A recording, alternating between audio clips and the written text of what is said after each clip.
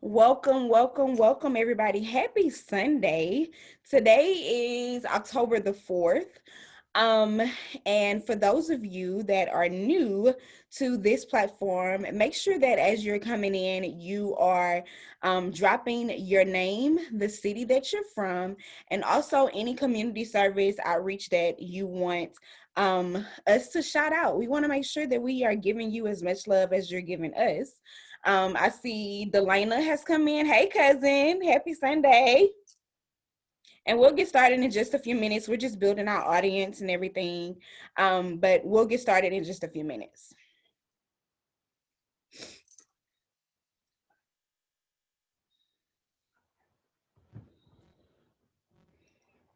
All right.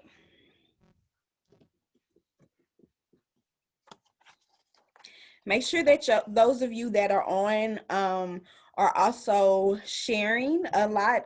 During our last live, a lot of our viewers actually hosted their own live watch parties, which was awesome. So don't hesitate to start a watch party of your own. You can also share this footage and send it out to your friends, I guess, or your friends list, because we want to make sure that the discussions that we have are, being put on a definitely like I guess being put in a place where we are engaging people to the point where people are able to be a part of the conversation. So make sure that if you want to, you can definitely go ahead and share this live feed, start your own live watch parties. You can definitely be a part of the conversation. We love live interaction. So definitely don't hesitate to engage with us. All right, so it is right at 4:02, and I will go ahead and get started with introductions. My name is Tiffany. I am a social worker by trade. And for those of you that are new to this particular platform, this is a platform, Tiff Talks, that was created with the ideal in mind to bring much more education, insight, and awareness to things that we are already talking about amongst ourselves, amongst our peer group, amongst our family, amongst our friends, and things that really just needed more exposure. So the heavy hitter topics that we're talking about, like breaking generational curse, like mental health awareness, like being able to talk about vulnerability, being able to talk about collateral beauty, being able to talk about purpose and what exactly that means.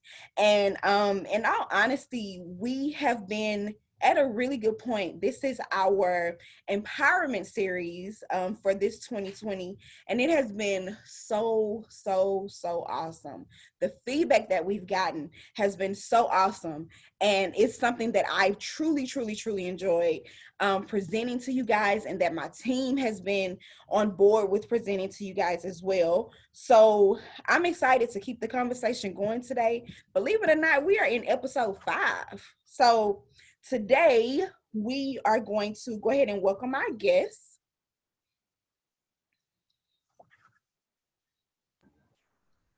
There he goes. I want y'all to see my shirt. Yes, top 4 women. All right there, I like that. You What's know, you up? always come Black with girl magic. good public service Oh announcement yeah, I love my attire. sisters. I love my queens. And we're definitely gonna love our kings back You now know. there. Yes, ma'am. So as I mentioned, we are actually in episode 5. Mhm. And today we are going to be discussing the good as it relates to empowerment. And that is really just diving into topics such as exposure, such as elevation, such as the experience that comes along with those things. Yes. And then, as previous discussed in pretty much all of our um, show topics for this series, we talked a lot about the uncomfortability that goes along with empowerment. And today is just meant to transition us to the good stuff, not the fluff, just, the good stuff, and understanding that as we discussed in our purpose show topic, that we understand that we have to identify our purpose. We have to define our purpose, that we have to align with certain measures in order to manifest our dreams, manifest our goals. And with all these things, we understand that there comes a matter of vulnerability. But in that vulnerability, we understand that that collateral can be transformed into collateral beauty. And those are things that we have to truly seek in order to elevate to the next level. So, my intent today is that the experience that's shared amongst myself and today's um, top guests will empower you guys in order to seek out your own elevation, to seek out your own exposure and experience to really transition to the next level. So I'm going to give our guest the opportunity to introduce himself and we'll get started. All right. My name is Branden. I am a uh, a pastor, a staff pastor here at a church here in Dallas. Been in ministry for a number of years, and so ministry, church, all of that is my life. And I'm just grateful to be here. I'm a husband now. I'm a dog dad. I should have had a kid first, but I definitely should have had a real child first. But yeah, all in all, I'm just me, and I'm grateful for this opportunity to have this conversation. So thank you for having me, Tiff. Of course, of course, of course. And being able to just kind of dive into the topic, um, when it comes to elevation, exposure, and experience, from my perspective, those things are definitely interchangeable. Mhm. And being interchangeable, I understand that in order for us to elevate, in order for us to move to the next level, excuse me, we have to go through a period of exposure. And with that exposure, we understand that it pushes us to have some experiences, both comfortable or uncomfortable. But those things are meant to mold us and prepare us for the elevation that we seek out. Sometimes when we move forward and seeking out elevation, we understand that that will put us in a place where we have to separate, and not separation in a matter of isolation, but more so in a matter of being able to be at a place of solitude, which we know there is a very big difference when it comes to isolation and solitude. Sure. But if you would please, by starting off this conversation, share with us your experience as it relates to the mantra separate in order to elevate. For sure, for sure. I think, and that's, the whole separate to elevate is a very familiar phrase that I'm sure everyone has heard, at least in some kind of way. You heard it. And I do think it's absolutely true that separation is necessary for elevation. And I think it's true, before I get into my own like little personal experience of it, I think it's true for a few reasons. One, I think separation gets us away from what's comfortable, Mm. because it's almost like in the scripture where God told Abraham to leave your country, leave your family, leave everything that you're familiar with, and go to a land that I will show you. Right? Like God gives Abraham this promise of greatness, but the first step is for him to be separated or distant from everything that he was familiar with. Right. And I think that's extremely important, because as you elevate, you'll hit rough spots, and your first instinct will be to fall back on what was comfortable. That's true. If you don't have that comfort, though, if you don't have that cushion, you have no choice but to press forward and see what the end is going to be, right? And so I think getting away from the comfort, I also think separation kind of gets us away from convenience, Mm. like the stuff that we could easily depend on and easily do and easily function in. Yeah. And sometimes sometimes God uses life to get us away from those convenient things, to make a man and woman out of us and prepare us for what's next, and what's on the horizon. And I also think, and this is a big one, I also think separation is necessary because it minimizes it minimizes the commentary of other people. Oh, that's good. That's So good. because a lot of what keeps people in the same level is the opinions of other people who they hold near and dear to their hearts. That's good. You know what I mean? And so it's like if I run my dream, if I run my vision, if I run my goals by these people, Mm. and these people tell me, I don't think that's a good idea. I don't think that's smart. But what if this don't work out? But what if that don't work out? You're more prone to kind of adopt and adapt their perspective of it as your own. So now, 5 years are going by, 10 years are going by, you have yet to see anything on your list come to pass because everyone around you said it don't make sense or it might not work out or you might want to reconsider. And so separation kind of it minimizes that chance for other people's perspectives. And everybody's perspective isn't necessarily wrong, you know what I mean? Or bad. Some people's perspective is actually quite logical. It's just when you're talking about going to the next level, rarely anything is logical. You know what I mean? That's why we call it a leap of faith. It's rarely logical when you're going to the next level. And so for me, I said all that to say y'all don't preach, so I got to take the long way to get to my answer. For me, I think that moment for me was the moment when I decided to move back to Dallas. So for those who don't know my story, I'm originally from Houston. Tiff and I grew up in the same church and all that good stuff. My family, I moved to Dallas when I was in seventh grade. So I finished middle school, went to high school there. When I graduated high school, I decided to go back home to Houston for college. And I spent 4 years in Houston, back in Houston. And at the beginning of 2012, I had like a little temp job. 2011 was a rough year for me. I had like a little temp job and all that good stuff. And at the beginning of 2012, I was getting ready to load up my car. I was in Dallas to visit my family for the holidays. I was miserable. I was unhappy. I was getting ready to leave. I was literally about to crank up my car to hit the road to come back to Houston, go back to Houston, and my car wouldn't start. Mm. It just would not start. I hadn't had any. I was in Dallas for at a good like 3 weeks. Mm. No issues, no trouble, no nothing. The day Mm. I was about to go back home, the car just would not start. Mm. Turns out it was my engines and all that stuff. I didn't have money to fix it. So my first mind was, well, I'll just stay in Dallas long enough to get stuff squared away. Then I'll go back home.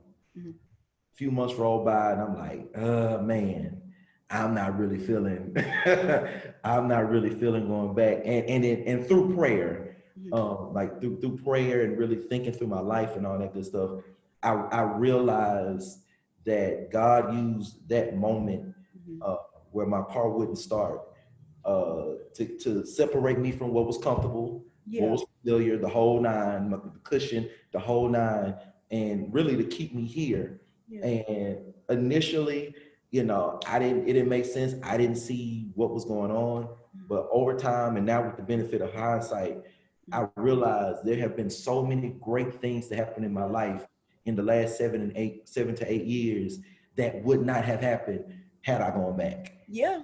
And so God used that moment to separate me from all that stuff so he could take me to ultimately to where he wanted to be, at least at this point of where he wanted me to be. So yeah.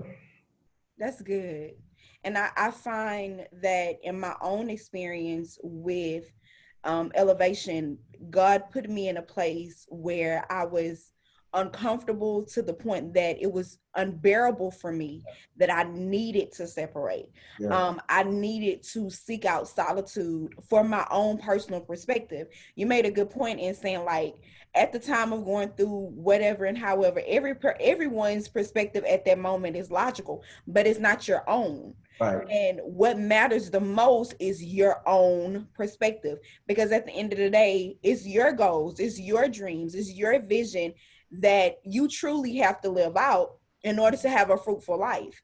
And if you don't, and you're stuck in that position, you'll be in the same spot Yep. 5, 10, 2, 3 years later, wishing that you had taken that chance to go through that uncomfortability to get to the next level. So I completely understand and agree with that.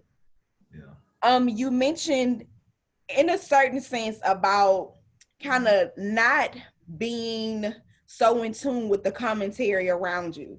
And that's big for me, because I think as humans, because we want, or we seek out other people's opinions, and it may not always be something bad to do. We seek out other people's opinion because we want to kind of validate it for ourselves. But in this transition of elevation, I've understood that you have to truly learn how to be selfish with that. And everything that we've talked about throughout this series, we've talked about in retrospect, one way or another, how you have to be selfish with things. Because at the end of the day, what's for you is going to be for you. And not everything is meant to be shared with everybody. Not too long ago, my husband came across like a really, really, really good experience. And I told him, I was like, Ken, you need to keep it to yourself. Mhm. Keep it to yourself. Yep. Keep it to yourself.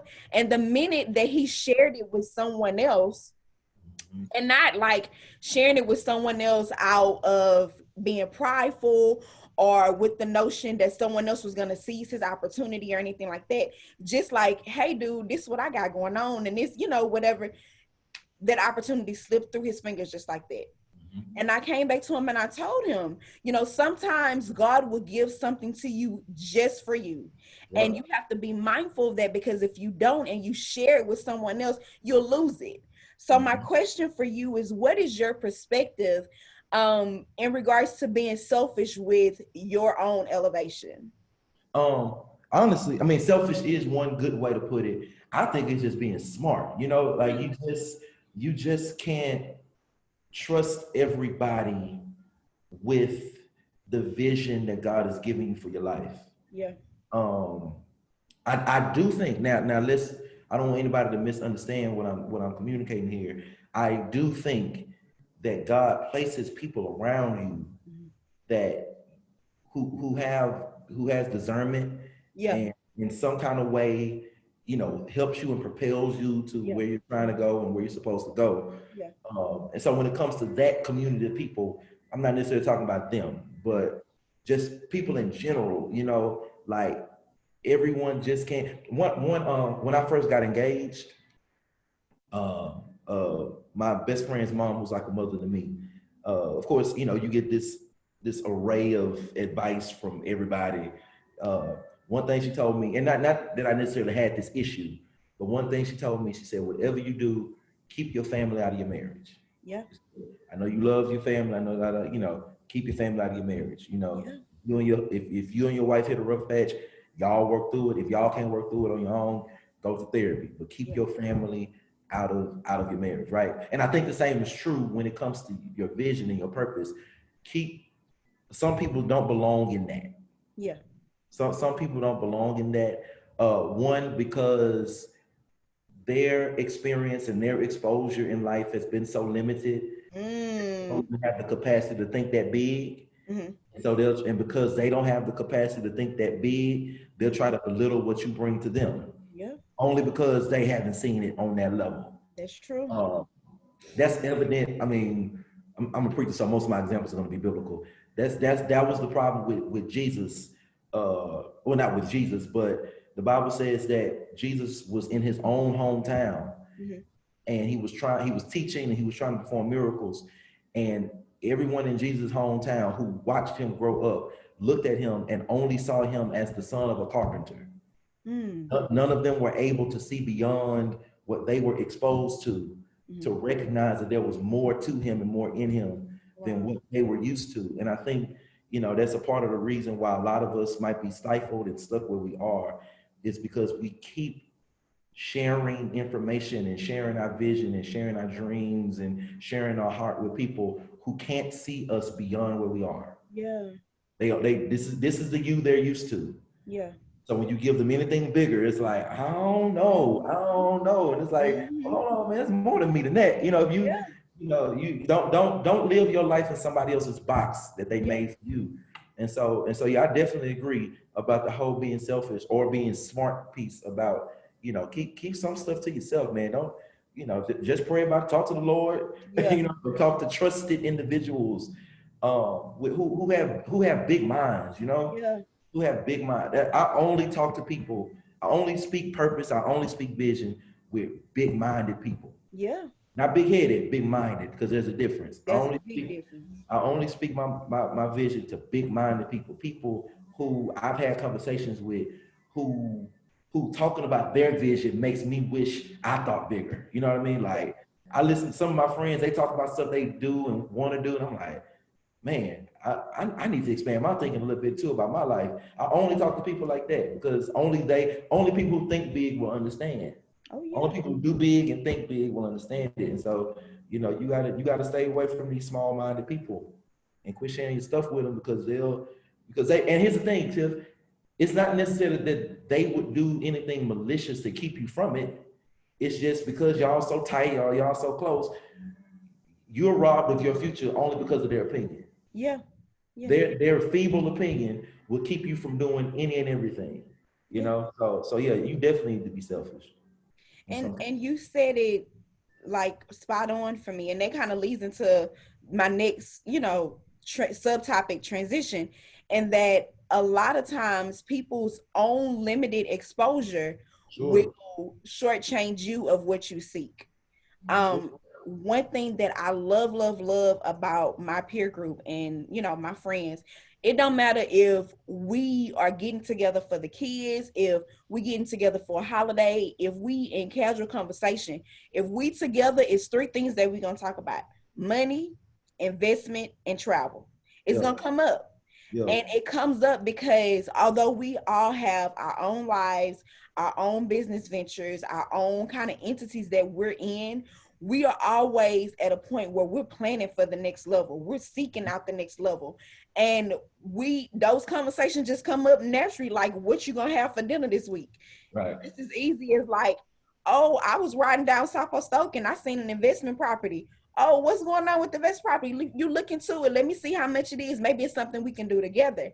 Yeah. And those are the big-minded people that I don't have a problem with having conversations with. It's Yeah. the people that leech, for Hmm. lack of better words, or try to remove what you seek because they don't have it for themselves. It is what I want to make sure that people are mindful of and are cautious of as well, because like you said, it's not always something that's malicious. It's just sometimes you just don't have the same heart and mind as other people.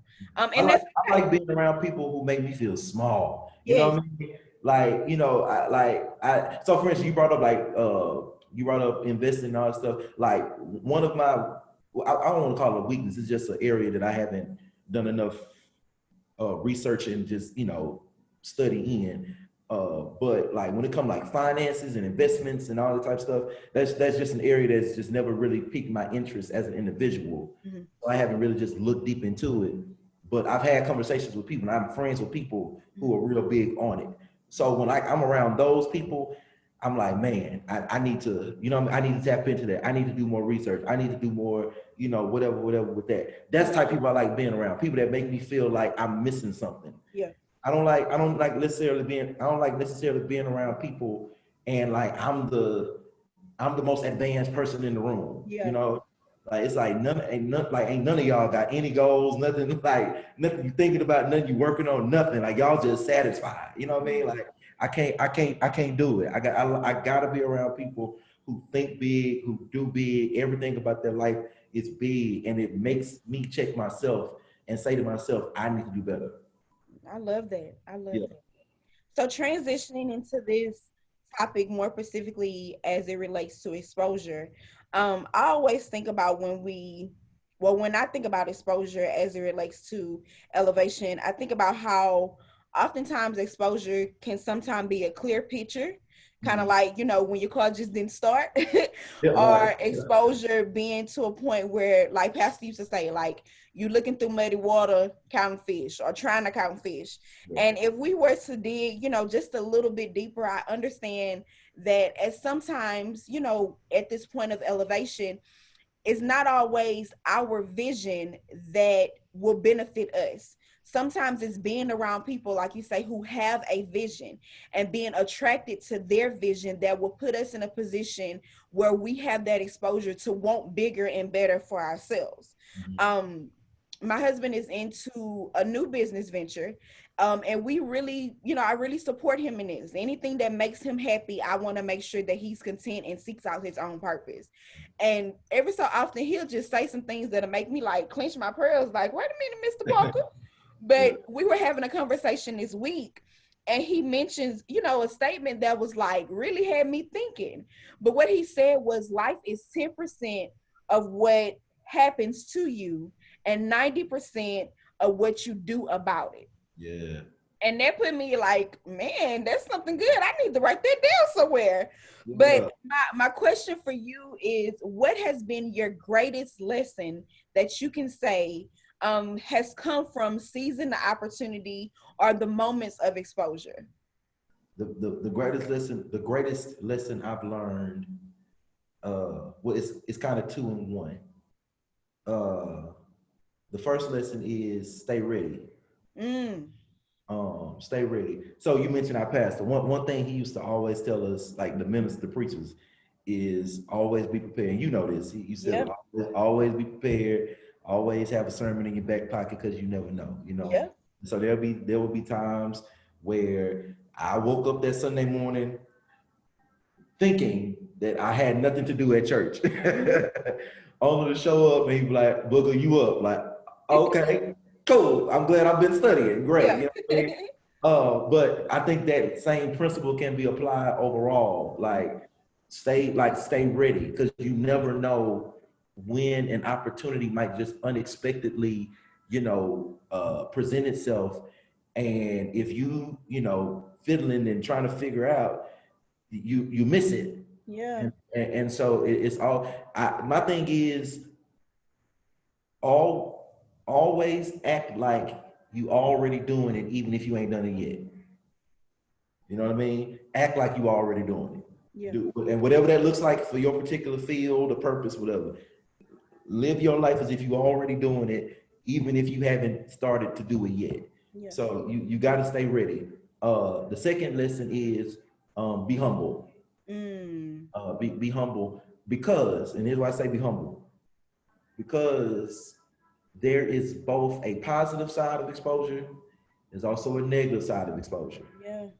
And what I've discovered is that a lot of people receive exposure goes to their head, and then they start getting exposed in other ways Mm, that bring them down and that pretty much ruins everything that they work for. mm-hmm. And so you want to stay ready, but you also want to stay humble and don't let exposure and elevation get to your head and get the best of you. Because just like God brought you up, He can bring you down if necessary. And so you need to stay humble always. So yeah. That's true. Definitely true. I Mhm. think for me, when it comes to exposure, there's a direct link to experience for me. As you mentioned, being able to remain humble, being able to always be ready when it comes to exposure.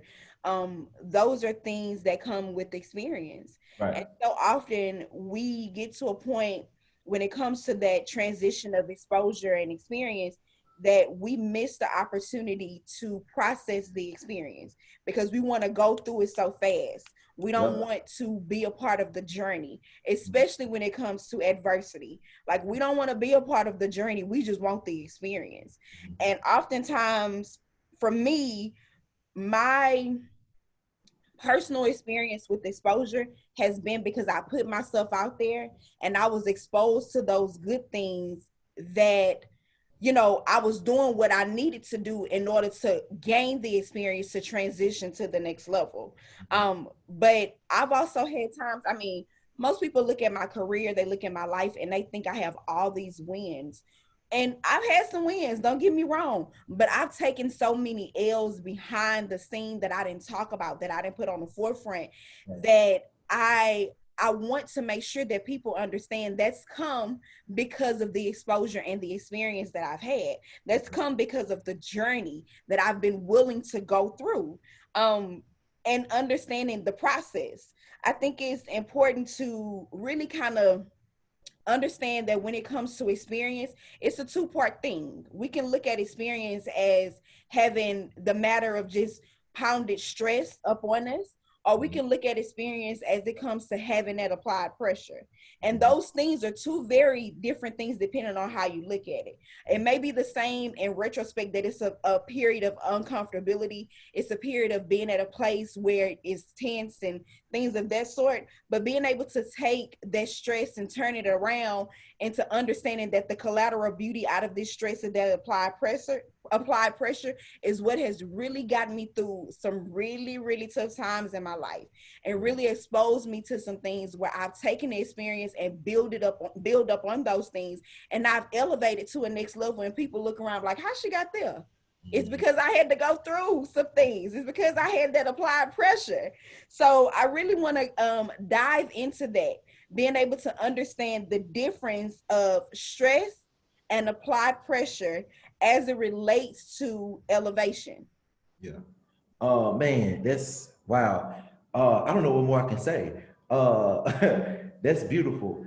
And I think the quote that Ken shared, it kind of hits the nail on the head. It's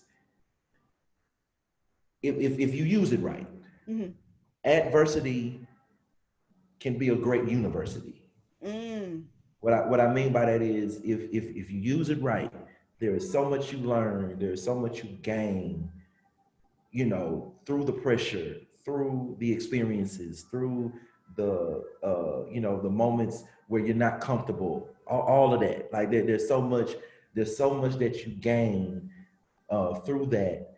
And I think the mistake a lot of us make is wanting to avoid all of that, Mm.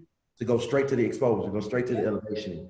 When the reality is, it's the experience that prepares us to better handle the exposure that we want and the elevation that we want to receive. So y'all pray for me. I'm back in school, right? Mm.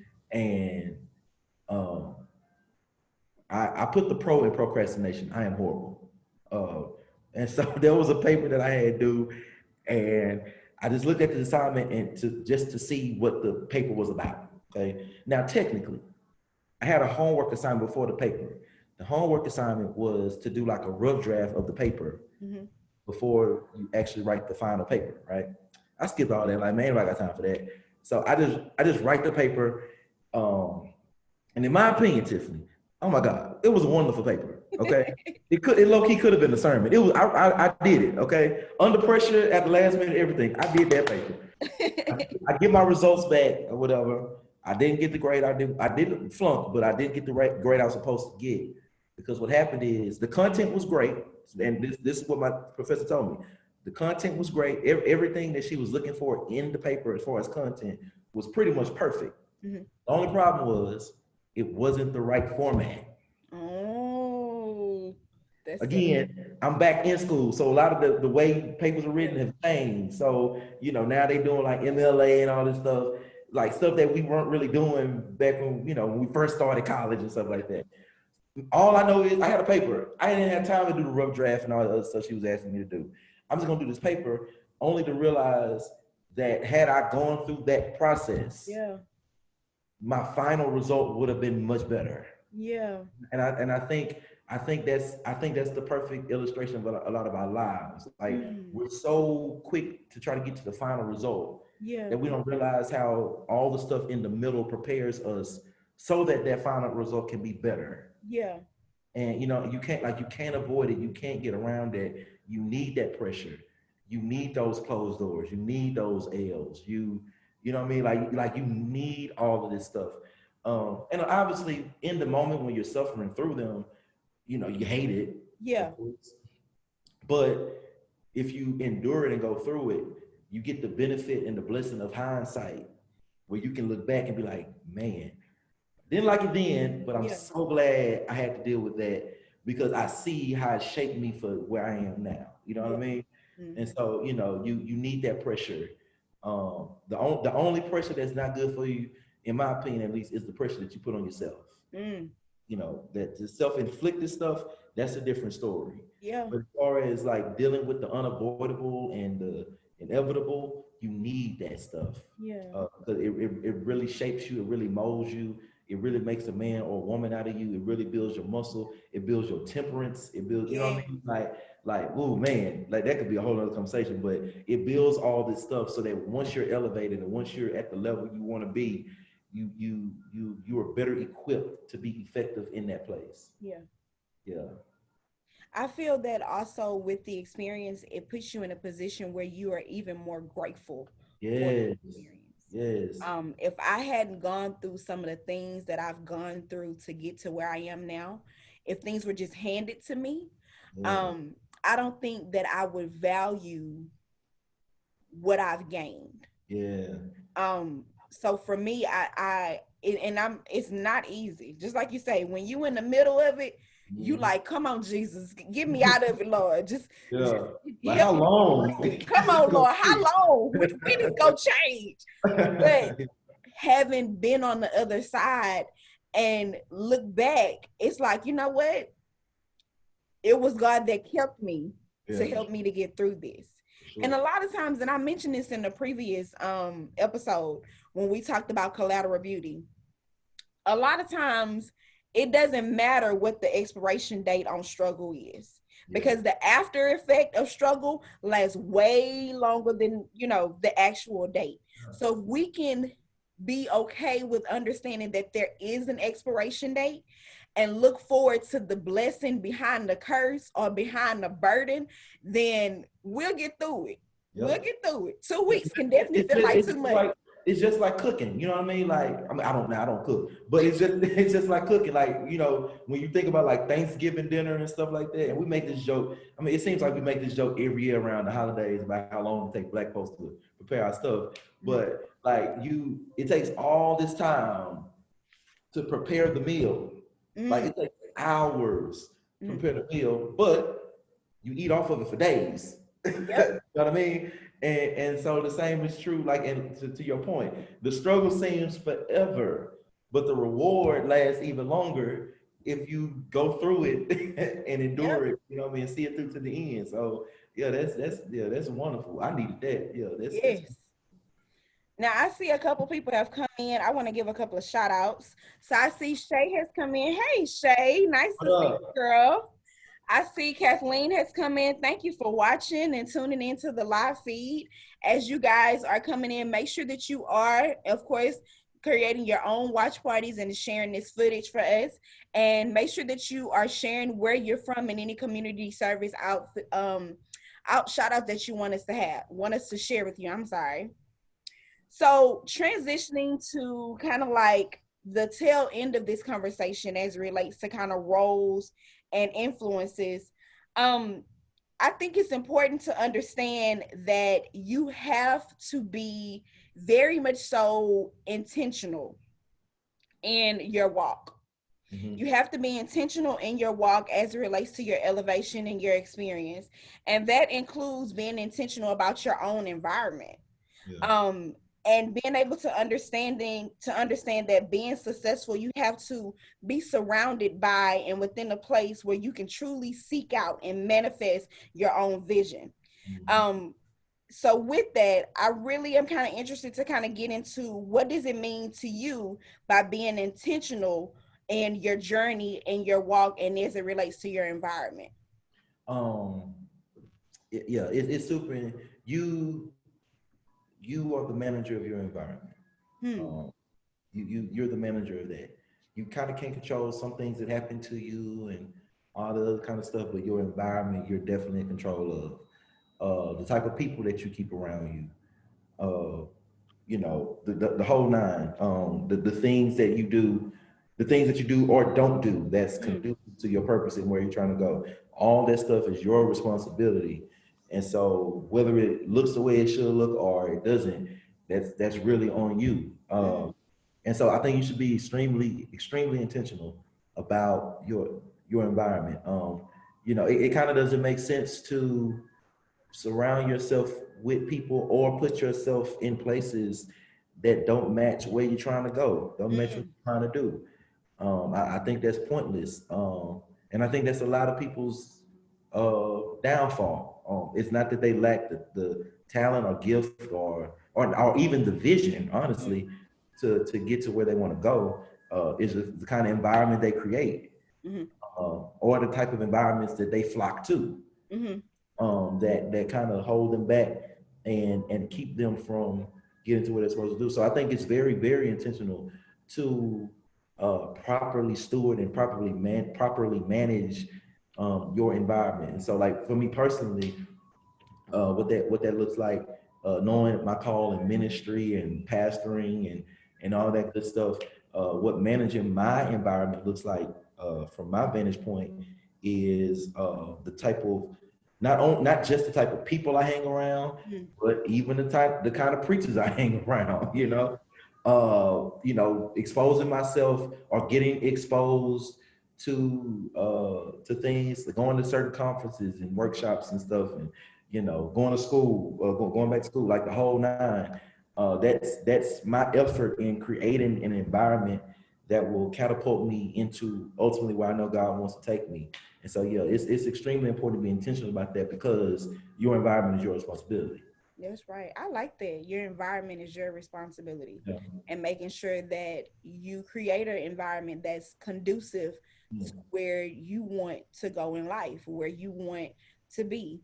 I Yeah. think in any environment, whether good or bad, um, it feeds off of each other.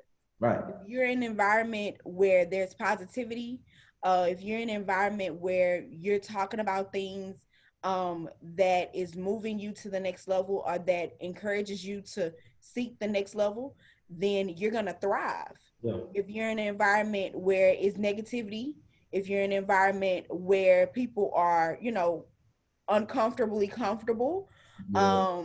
then you, little do you know, you're going to be a part of that environment, and those are the things that are going to manifest in your own life.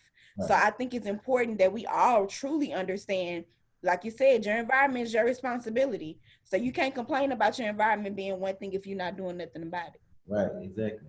Exactly. So a lot of times we hear this phrase of doing it for the culture. And doing it for the culture, for me, kind of goes back into that environment. I want to be clear, I'm all about the culture. I'm all about empowering the culture. That's why this, platform and podcast was created, to be able to empower my people, to in order to, empower my community in ways that I felt that we were lacking. Yeah. But in doing things for the culture, that really kind of goes back to how you present it, and also how you walk it and talk it. So my question for you is, how has your experience, your elevation, or even your exposure helped you as a pastor to be able to do things for the culture? Man, in a variety of ways. I have been so blessed to um so I put it like this, you know how I grew up, when I was younger, when I was a child, whatever, and growing up in our church, and the things that we would do. The church we grew up in was in not the best community. Mhm. And so the things that we would do to reach out to the community and to build our community, build the people within our church, all that good stuff. I saw it on that level because we were a smaller church. I saw it on that level. Then I moved to Dallas, started going to what people would consider a mega church, and then I saw pretty much the same thing that I saw growing up, just on a larger scale, Mhm. on a bigger level. I was fortunate enough growing up in Houston to be pretty much like a son to my pastor, to my leader. When I moved to Dallas, it was the same thing. I was fortunate enough to establish that kind of relationship with my pastor, where I was pretty much like a son to him. Um, in Houston, I was surrounded by peers who were wonderful, who were great. The same is true once I got here, being surrounded by people who were wonderful and great. And so I say all that to say I've been fortunate enough to be a part of great institutions, to be under awesome leadership, to be exposed to so much. And so where I am right now in life, Tiffany, is really just kind of following the blueprint. Mm. I mean, to answer the question of like doing what I do, like for the culture and stuff. Right where I am right now in life is just following the blueprint that I saw, laid out before me, just being involved in my churches and having a firsthand look into how my leaders, how my pastors dealt with certain situations and certain decisions that they made, and just everything all the way around. I'm just laying out. I'm just following the blueprint that I saw, and hoping that what I do, which is based on what I've experienced, hoping that what I do will impact other people the same way that what I saw impacted me. That's good. And I just think that's what we all should just be about. Period. Just all of us grew up in some kind of way, being exposed to things, whether good or bad, Yeah. that kind of gave us a mind frame of what we wanted to see Yeah. once we got to that age and stage in life. Yeah. And so you get there, and I think it's all of our responsibility to follow that blueprint and hope that what we do positively impacts and affects and infects the culture, the community, the world, the same way we were impacted, Yeah. watching it and being blessed by it or being taught by it or whatever, however you want to, word that or phrase that. And so that's pretty much where I am. Just hope. I'm honestly, I'm just out here hoping. I'm just out here hoping that I'm doing something good, doing something good enough, Yeah. that's leaving an imprint, and an impact in my culture and in my community. Even if I'm not famous, but and famous really ain't. Being famous and popular really ain't my thing, and Right. I don't want the responsibility that comes with that. To be honest with you, but I just want to be impactful. Yeah. I just want to be effective. Let me say this real quick, and then I'll let you move on. One of the most life-changing moments of my life. Our pastor's assistant, at the church where I am now, her father died about 4 or 5 years ago. He was a pastor. He was an older guy. He was a pastor. He pastored a church that was literally maybe about the size of the room that I'm sitting in right now. Very, very small church. Unless you grew up in that neighborhood, you really wouldn't even know that church existed. A very small church. He wasn't a popular name, nothing like that. I went to his funeral. Matter of fact, just to show you how, and I'm trying to use my word carefully here. I'm using the term insignificant, but I don't mean in that way. I mean like he wasn't popular and stuff. He was so kind of unpopular and so low key. His funeral wasn't even held. It was held at the funeral home. Okay. Right. You don't really hear that with pastors. Like usually, a pastor at a funeral is at his church or somebody's church because he's a community leader. It was at the funeral home of where who had his body and everything, right? And so I'm there, to support my fellow coworker and whatever. And two people get up to make remarks. It's a guy, it's a lady. They both had a troubled history, drug addiction, all that stuff. They got up to tell a story about how this man, again, his church was in a very impoverished neighborhood, drugs, all that stuff. They got up to tell a story of how this man boldly busted up into their trap house, basically. Wow. No, by himself. Wasn't scared, no fear, no nothing. By himself. Walked up into the trap house to evangelize. Wow. Invite them to church to share the gospel of Jesus Christ. Of course, it was more than those two people there, but those two people that made the remarks at the funeral said that they were so impressed and so captivated, one by how bold he was to even step up in that place, and how bold he was in his convictions about God, that they, over the course of like a couple of weeks, they decided we're gonna go check his church out. They went to his church. They get saved. They do their best to try to get their old drug buddies to be a part. And I'm sitting there like, yo, this man don't have a name like TD Jakes. Wow. This man's church is about as big as my bedroom. But I'm looking at two people who used to be on drugs. Wow. Say, this man changed my life. I no longer use drugs anymore. I'm a totally different person than I once was because this man impacted my life. And that moment changed my life forever. And it made me not that I was ever aiming to be popular, but it just, it just made me more self-conscious and aware that the goal shouldn't be popularity. Yeah. I just want to be effective. Yeah. You know, if one person can stand at my funeral and say my life changed because of this man, Yeah. that's all I need. You That's know what I mean? And so that's where I am. I'm just hoping that I'm doing something good enough uh to impact at least somebody, you know, once I'm gone, especially. So I completely agree, and I would say that you are, from my standpoint. thank you. Um, and I feel that it's important to understand in any position of power that you're in, because the position of power doesn't necessarily have to be some esteem Right, thing. You right. don't have to be a public official or a celebrity to be in a position of power. Your Mm-hmm. position of power is where you are, and that Exactly. power is what you make it. And with that, you have a responsibility for your platform just as well as you have responsibility for your environment, and what you present and what you put out on any platform.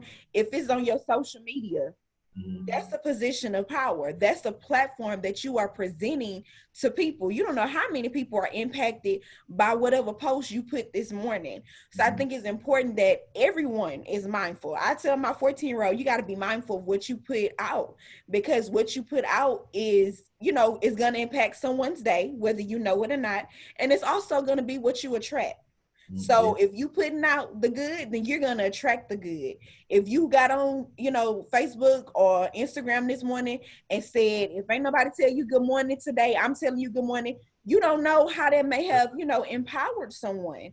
So I think it's important that when we talk about doing things for the culture, that we understand that just as simplistic as we can present that, we have an impact. Um we leave an imprint.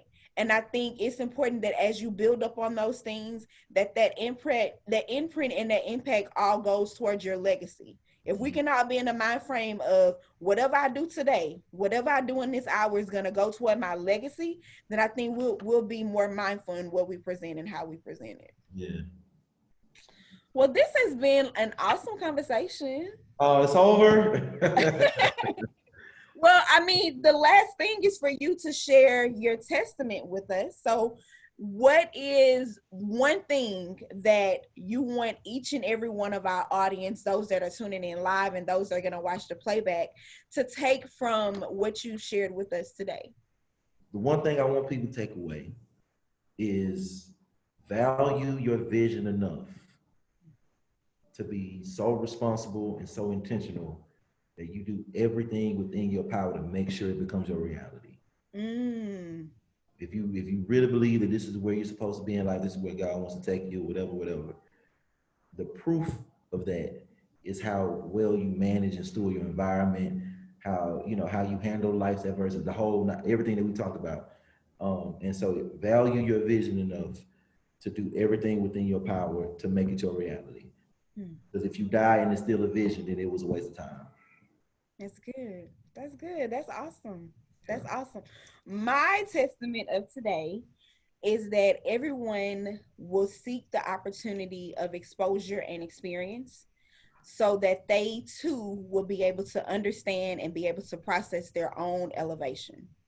Understand that with elevation comes with some uncomfortability, it comes with some applied pressure, it comes with a bit of stress, but to be on the other side of that elevation and to truly value that elevation is to be able to go through and grow through the process of exposure and experience.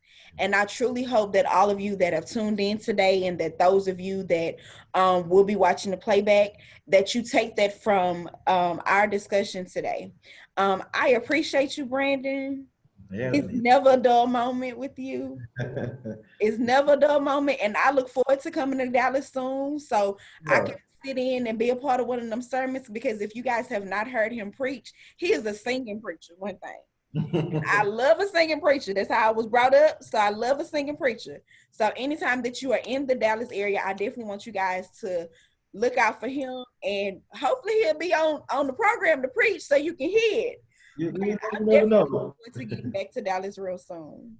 Yeah, for sure. Please share with us where people can find you on social media. On Facebook, Brandon, well, my whole name, Brandon Dominique Walker. On Instagram and Twitter, you can find me at B underscore Theophilus. That's TheoPhilus. B underscore Theophilus on Instagram and Twitter. Okay. All right. Thank you for tuning in with us today. For me, our handlers are here, and this live footage will remain on Facebook and then also be streamed to our YouTube page. If you have not subscribed to our YouTube page, you're missing out because all of the footage from 2020 has been there. And if you have missed any parts of this particular series, they're also on Facebook and on YouTube. So we appreciate you guys for tuning in. Make sure that you continue to rock with us. It only gets better from here. Believe it or not, there are only two full footage episodes left in this experience, and during those two episodes we're going to be tackling directly empowerment as it relates to the Black man experience and the Black woman experience. The Black man experience will be hosted by talk partner Ken Parker. So I'm sure that it's going to be very, very good. And we have two awesome guests that are going to be on the platform with him sharing in that conversation. And I will be hosting the Black woman experience. And I'm looking forward to this conversation. I'm looking forward to our talk guest sharing her experience that she's had in regards to empowerment. And I'm looking forward to her being able to be vulnerable enough to share with you guys. So stay tuned. We're going to be going live every Sunday, the month of October. So make sure you tune in next week for the Black man experience with talk host and partner Ken Parker at 4 p.m. And we will look forward to seeing you guys soon. Remember to keep talking. And once again, Brandon, thank you so much. We appreciate you. Thank you for having me. All right.